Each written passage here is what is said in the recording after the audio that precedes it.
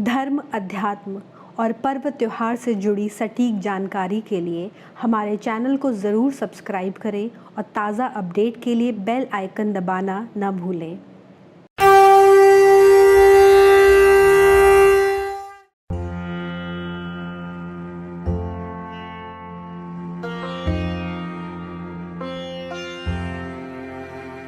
जहाँ कृष्ण राधा तहाँ, जहाँ राधा तह कृष्ण, न्यारे निमिष न होत कह, समूझी करह यह प्रश्न। राधा नाम की महिमा अपरंपार है, राधा के बिना कृष्ण अधूरे हैं। राधा और कृष्ण की जोड़ी ठीक वैसे ही है जैसे शरीर और आत्मा, शब्द और अर्थ, गीत और संगीत। राधा के बिना श्री कृष्ण की बांसुरी के स्वर फीके हैं। राधा कृष्ण की छाया है, उनकी आत्मशक्ति हैं। भगवान श्री कृष्ण की प्रेयसी और उनके प्राणों की अधिष्ठात्री देवी राधा रानी के जन्मोत्सव को राधा अष्टमी के रूप में मनाया जाता है। राधा रानी के जन्मदिन को राधाष्टमी और राधा जयंती के नाम से भी जाना जाता है। कृष्ण वल्लभा यानी कि राधा रानी के जन्मदिन पर घर की सुहागिन महिलाएं दिन भर व्रत रखती हैं और परिवार की खुशहाली और संपन्नता के लिए प्रार्थना करती हैं। ब्रज और बरसाना में राधाष्टमी का जश्न बिल्कुल श्री कृष्ण जन्माष्टमी की ही तरह होता है। वृंदावन के राधा वल्लभ मंदिर में तो विशेष पूजा अर्चना होती है। मंदिर में विधिवत राधा रानी का जन्म कराया जाता है। भोग लगाने के बाद श्री राधा के जन्म की खुशियां मनाई जाती हैं और बधाई के गीत भी गाए जाते हैं। राधा अष्टमी कब मनाई जाती है? हिंदू पंचांग के अनुसार भाद्रपद महीने के शुक्ल पक्ष की अष्टमी तिथि को राधा अष्टमी मनाई जाती है। श्री कृष्ण जन्माष्टमी के 15 दिन बाद और गणेश चतुर्थी के 4 दिन बाद राधा रानी का जन्मोत्सव मनाया जाता है। ग्रेगोरियन कैलेंडर के अनुसार राधा अष्टमी हर साल अगस्त या सितंबर के महीने में आती है। इस बार राधा अष्टमी 26 अगस्त को है। राधा अष्टमी की पूजा विधि। राधा अष्टमी की पूजा मध्याह्न में ही होती है। पूजा विधि इस प्रकार है। राधा अष्टमी के दिन सुबह सवेरे उठकर स्नानादि नित्य कर्म से निवृत्त होकर व्रत का संकल्प लें।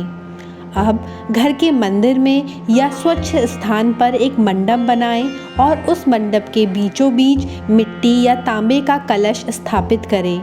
अब इस कलश पर तांबे की प्लेट या कोई अन्य पात्र रखें। इस पात्र के ऊपर राधा जी की मूर्ति स्थापित करें। राधा जी की मूर्ति को तांबे के पात्र पर रखने से पहले उन्हें वस्त्रों और आभूषण से सुशोभित कर लें। अब राधा जी की मूर्ति को तिलक लगाकर उन्हें फूल अर्पित करें। इसके बाद उन्हें फूलों की माला पहनाएं और ऋतुफल अर्पित करें। अब राधा जी की जन्म कथा पढ़ें। कथा पढ़ने के बाद धूप दीप से राधा रानी की आरती उतारें। इसके बाद उन्हें भोग लगाएं और हाथ जोड़कर उनसे प्रार्थना करें। अब परिवार के सभी सदस्यों में प्रसाद वितरित कर आप स्वयं भी प्रसाद ग्रहण करें। पूजा के बाद दिन भर उपवास करें और केवल एक ही समय भोजन ग्रहण करें। अष्टमी के अगले दिन यानी कि नवमी को सुहागिन स्त्रियों और ब्राह्मणों को भोजन कराएं। उन्हें यथाशक्ति दान देकर विदा करें। क्या है राधा अष्टमी के व्रत का महत्व? हिंदू धर्म में राधा जी की पूजा के बिना श्री कृष्ण की उपासना अधूरी समझी जाती है। यही वजह है कि राधा अष्टमी के व्रत को अत्यंत पुण्यकारी और मंगलकारी माना गया है।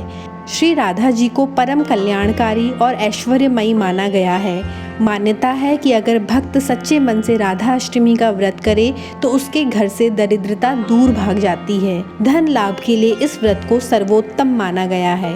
कहते हैं इस दिन राधा रानी से जो भी मांगा जाए वो पूरा होता है। यही नहीं, जो व्यक्ति मोक्ष पाना चाहता है वो भी अगर राधा अष्टमी का व्रत करे तो उसकी मनोकामना अवश्य पूरी होती है। श्री राधा जी की जन्म कथा। वैसे तो श्री राधा जी के जन्म को लेकर कई कथाएं प्रचलित हैं, लेकिन एक कथा सर्वाधिक लोकप्रिय है। उस कथा के अनुसार राधा द्वापर युग में श्री वृषभानु के घर प्रकट हुई। कहते हैं कि एक बार राधा गोलोक विहारी यानी कृष्ण से रूठ गईं। इसी समय गोप सुदामा प्रकट हुए। उन्होंने श्री राधा की भर्त्सना की। इससे कुपित होकर राधा ने कहा, श्री दामा, तुम मेरे हृदय को संतृप्त करते हुए असुर की भांति कार्य कर रहे हो, अतः तुम असुर योनि को प्राप्त हो। श्री दामा कांप उठे, बोले, गोलोकेश्वरी, तुमने मुझे अपने शाप से नीचे गिरा दिया। मुझे असुर योनि प्राप्त कर दुख नहीं है, किंतु मैं कृष्ण वियोग से तप्त हो रहा हूँ। इस वियोग का तुम्हें अनुभव नहीं है, अतः एक बार तुम भी इस दुख का अनुभव करो।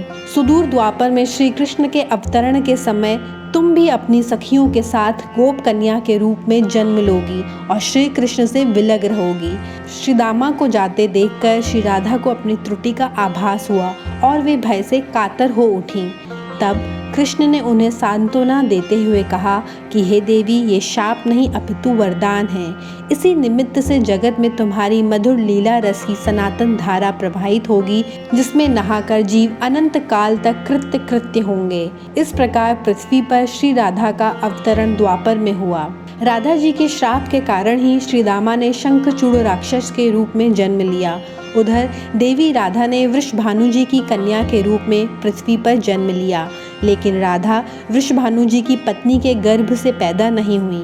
कहते हैं कि एक बार वृषभानु जी यज्ञ भूमि साफ कर रहे थे तो उन्हें भूमि से कन्या रूप में श्री राधा प्राप्त हुई।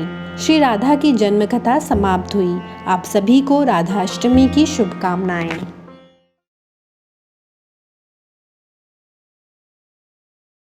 धर्म, अध्यात्म, व्रत, त्योहार और ज्योतिष के बारे में और अधिक जानकारी के लिए देखते रहें पूजापंडित.com।